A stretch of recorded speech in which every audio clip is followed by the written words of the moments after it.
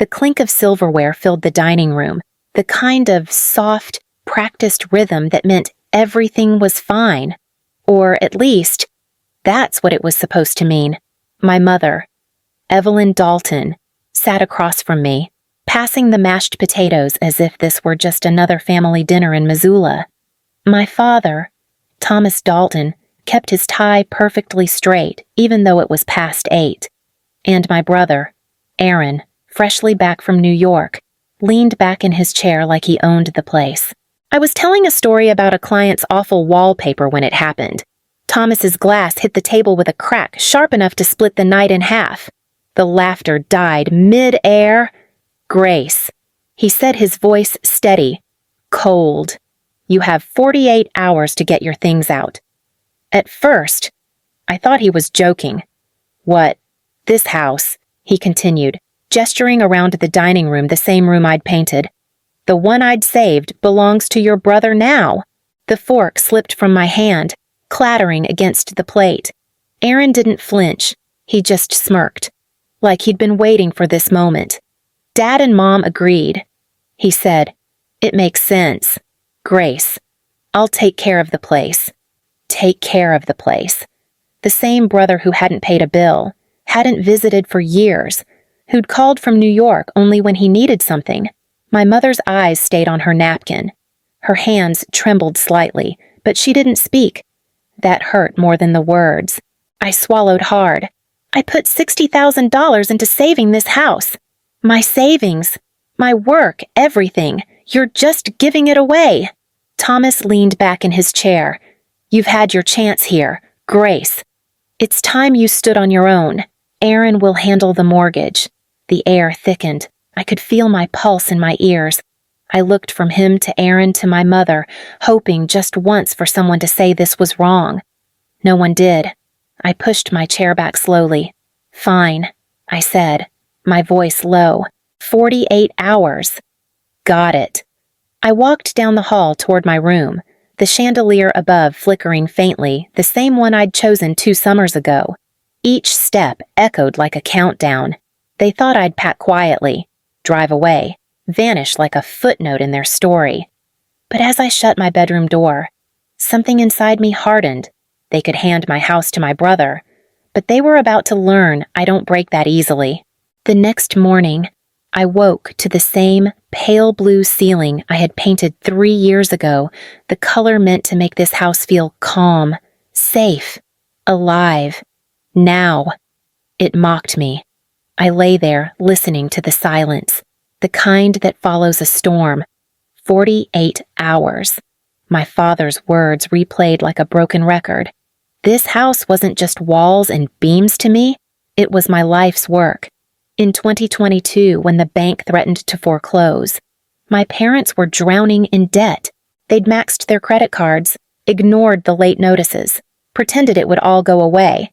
I was 27, barely scraping by as a freelance interior designer, but I couldn't let them lose it. So, I emptied my savings $60,000 I'd planned to use for my first apartment and wired it straight to the bank. They cried that night, both of them. My mother hugged me so tight I could barely breathe. My father said he was proud. For a while, that meant everything. I didn't stop at the payments. I made this place livable again.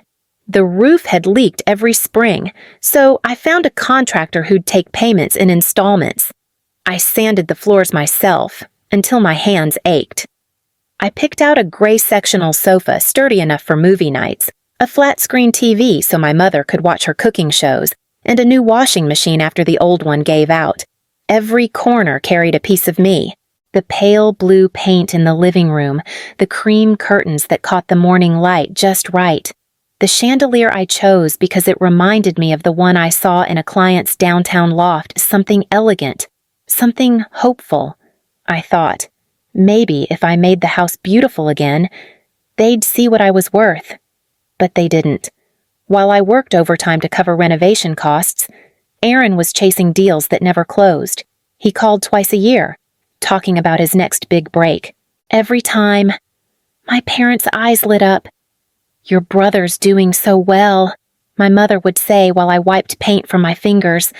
When he finally came home after losing his job, they greeted him like royalty. I was invisible again. Just the daughter who held things together. The night before last, while he sat at that same table smirking, I saw it clearly for the first time, the pattern I'd been blind to all my life.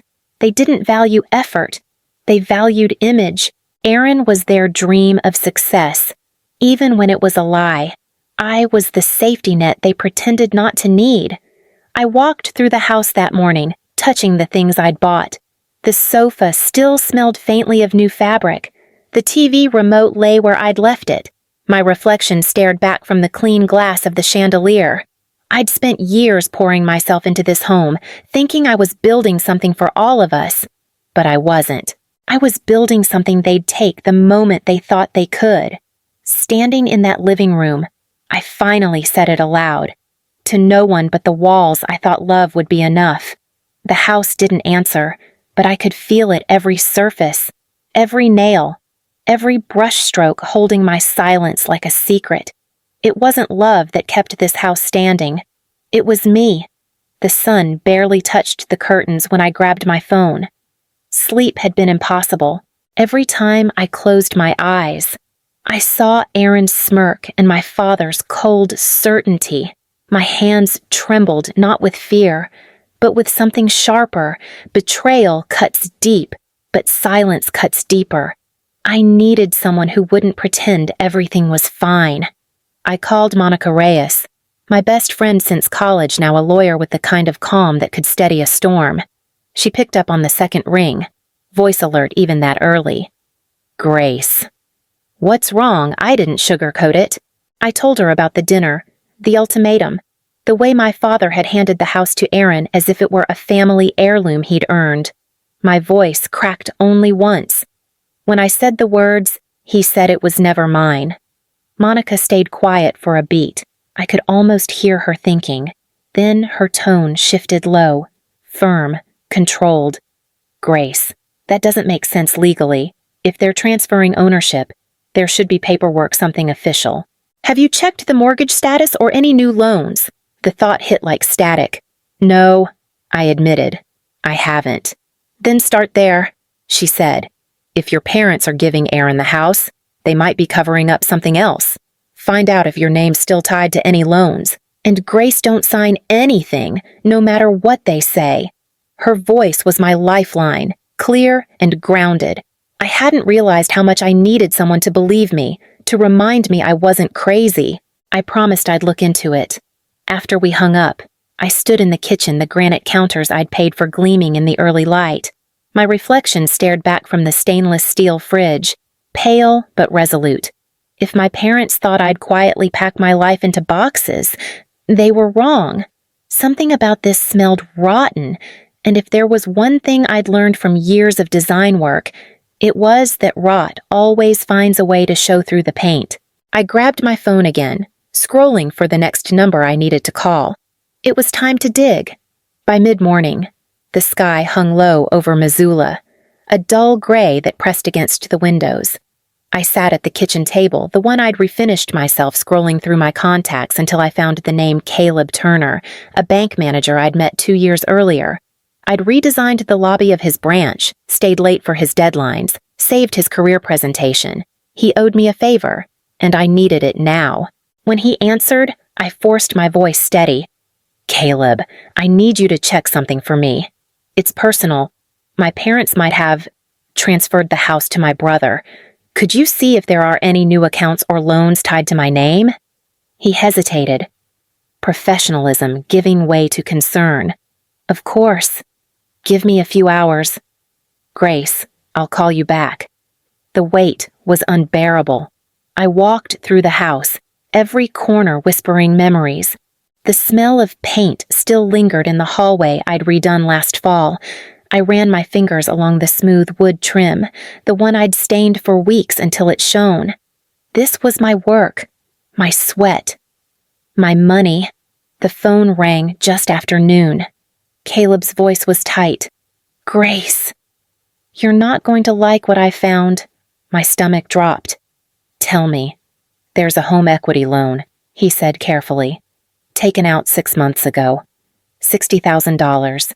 You're listed as the primary borrower. For a moment, I couldn't breathe. That's impossible. I didn't sign anything. I know, he said, and I could hear the weight in his voice. Your parents and Aaron are co-borrowers. The bank has your name, your social security number, your signature. But Grace. He paused. It looks off. The handwriting's close, but not quite right. I'll email you the document.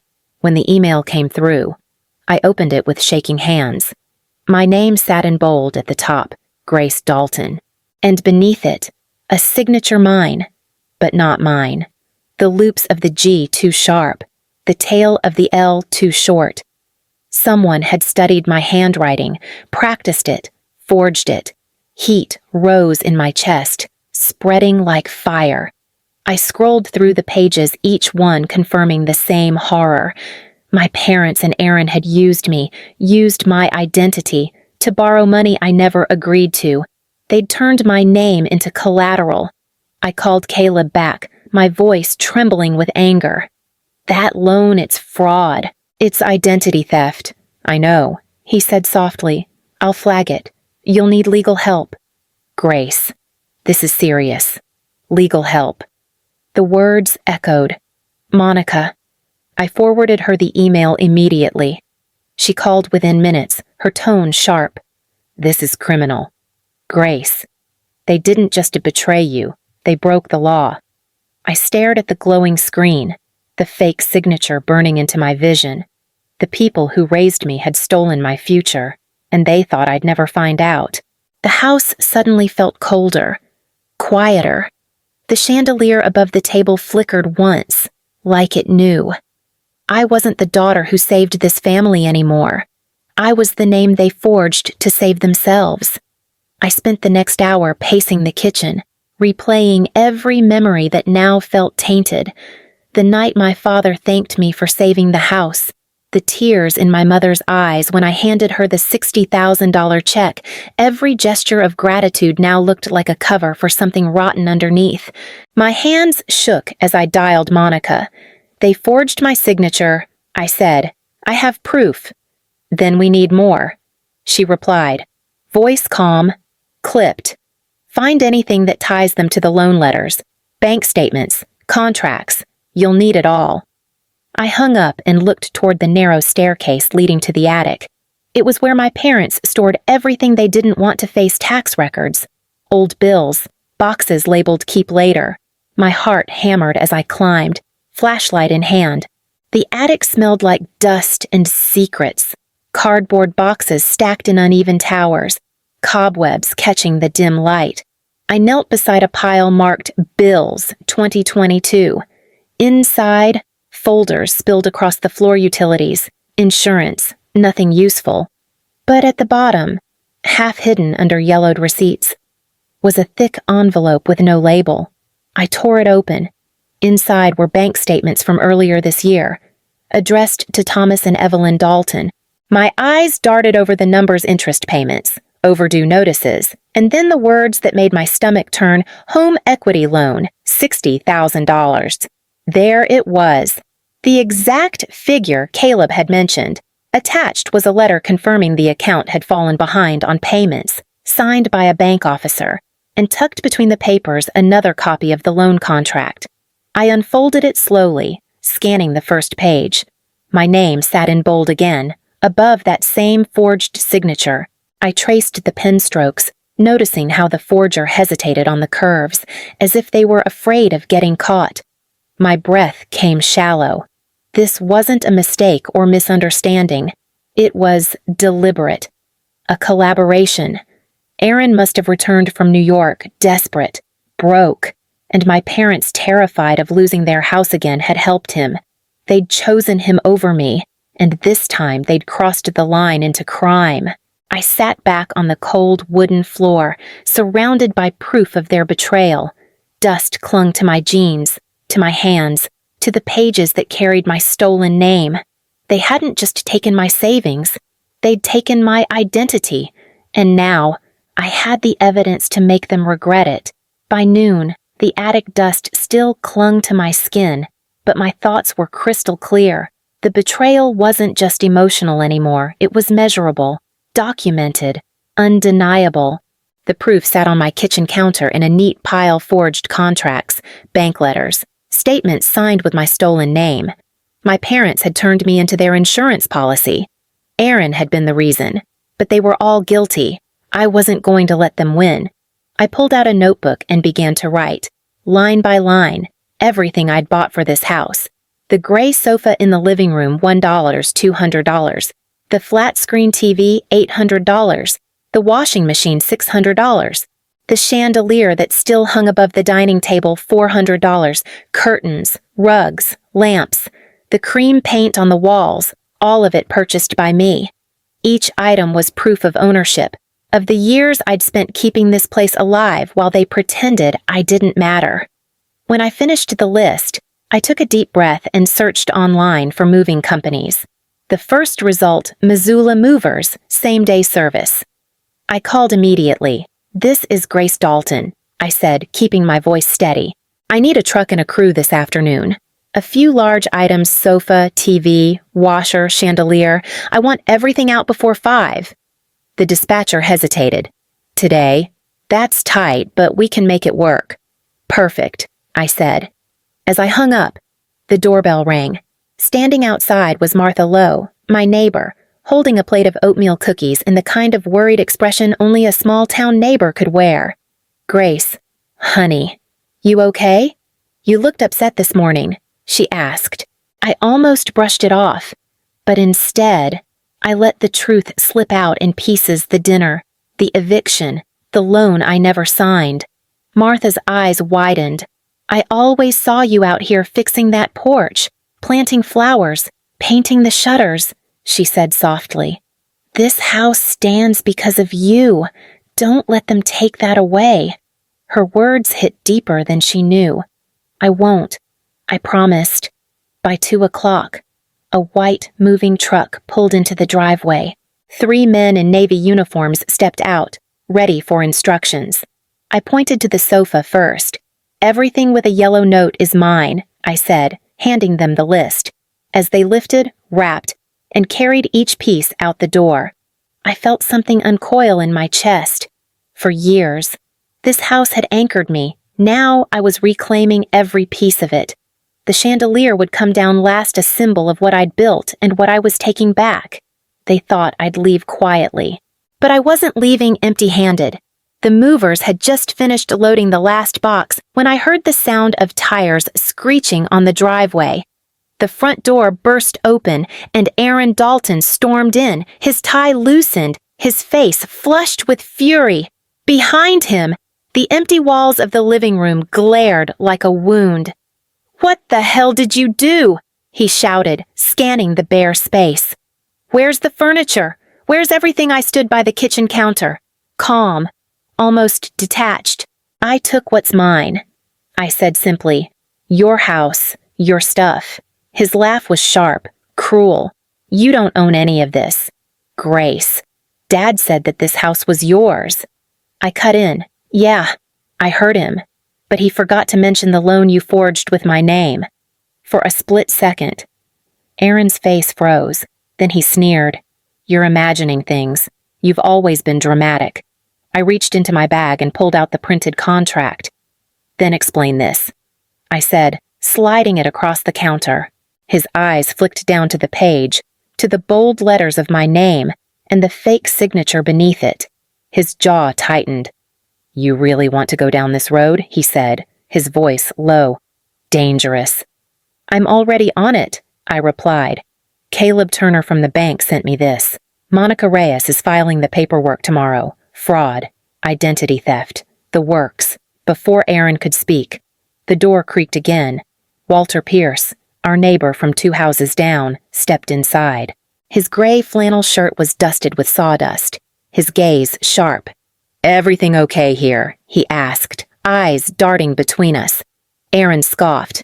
"Mind your business. Old man." Walter didn't move. "It is my business when someone's screaming at the woman who rebuilt this house. I saw her paint these walls, carry that TV in herself. Don't talk to her like that." Aaron's bravado faltered. His hands clenched. "You think you're some kind of hero now. Grace, Mom, and Dad won't forgive you for this." I stepped closer, voice calm but cutting. "They forged my name. Aaron. If forgiveness is what they want, they can ask the judge." He opened his mouth to argue, then shut it, rage flickering behind his eyes. Grabbing his phone, he muttered, "This isn't over," and stormed out, the door slamming behind him. I stood still, my pulse steady for the first time in days. Walter gave me a nod. "It's about time they realized who you really are," he said quietly. I smiled faintly. "Yeah," I whispered, "it's about time." That night, after Aaron's car disappeared down the street, I sat alone in the quiet house that no longer felt like home. The chandelier, the last thing left hanging, cast fractured light across the bare walls. Every corner looked stripped of warmth. Yet for the first time, the silence didn't scare me. It was honest. I spread the forged loan documents across the kitchen table, each page marked with proof of what they'd done. My phone buzzed, Monica Reyes calling. Her voice came through steady, professional, but softer than usual. "Grace, I've reviewed everything you sent. The evidence is solid. We can file tomorrow morning." I hesitated. "You're sure this means suing my own parents?" "Yes," she said, "and it also means clearing your name. What they did is a crime." "Grace. But the real question is, can you live with letting it go?" Her words landed heavy. I looked at the signatures again, at the familiar loops and curves that weren't mine but close enough to fool a bank. A memory flashed my mother hugging me the night I paid the mortgage, whispering, "You saved us." I'd believed her then. I'd wanted to. But love without respect isn't love, it's control. I exhaled slowly. "File it," I said. My voice didn't shake this time. "Good," Monica replied. "We'll serve them in the morning. Sleep if you can." When the call ended, I stared at the chandelier one last time. The light flickered gently, reflecting across the empty floor. I realized I wasn't mourning the house anymore. I was mourning the illusion that this family had ever been whole. Tomorrow, everything would change. And maybe finally it would change for me. The courthouse in downtown Missoula looked smaller than I expected, plain brick. Fading flag. Winter wind howling through the parking lot. But as I stepped inside beside Monica Reyes, every nerve in my body tightened. This wasn't just about a house anymore. It was about my name, my worth, and every time my family had treated me like a spare part in their story. Across the aisle sat Thomas and Evelyn Dalton, my parents, faces drawn and pale. Aaron slouched beside them, his jaw set but eyes restless. For a moment, I almost didn't recognize them. They looked like strangers wearing my parents' faces. When the judge entered, the room fell silent. Monica rose first, her voice clear and sharp. She presented the loan documents, the forged signatures, the bank statements with my payments from years ago, the proof that I had saved the house before they'd ever stolen it back from me. She handed over the affidavit from Caleb Turner, confirming the forgery, and a signed statement from Martha Lowe, my neighbor, describing the years she'd watched me restore that home piece by piece. Their lawyer, a tired man in a wrinkled suit, tried to claim I'd verbally consented to the loan. The judge raised an eyebrow. "Do you have evidence of that?" he asked. The lawyer hesitated. The silence that followed was deafening. When it was my turn to speak, I didn't raise my voice. I just told the truth. I told them about the nights I stayed up sanding floors, repainting walls, believing that loyalty meant love. I told them how it felt to see my own name forged. My own parents turn me into their safety net one last time. When I finished, the judge leaned forward, his tone firm. "The evidence is clear. The court finds in favor of Ms. Dalton. The loan is void. The plaintiff's name is to be cleared of all debt and liability. Damages and legal fees will be paid by the defendants." My mother gasped softly. My father's shoulders sank. Aaron stared straight ahead, color draining from his face. The gavel struck once, And just like that, it was over.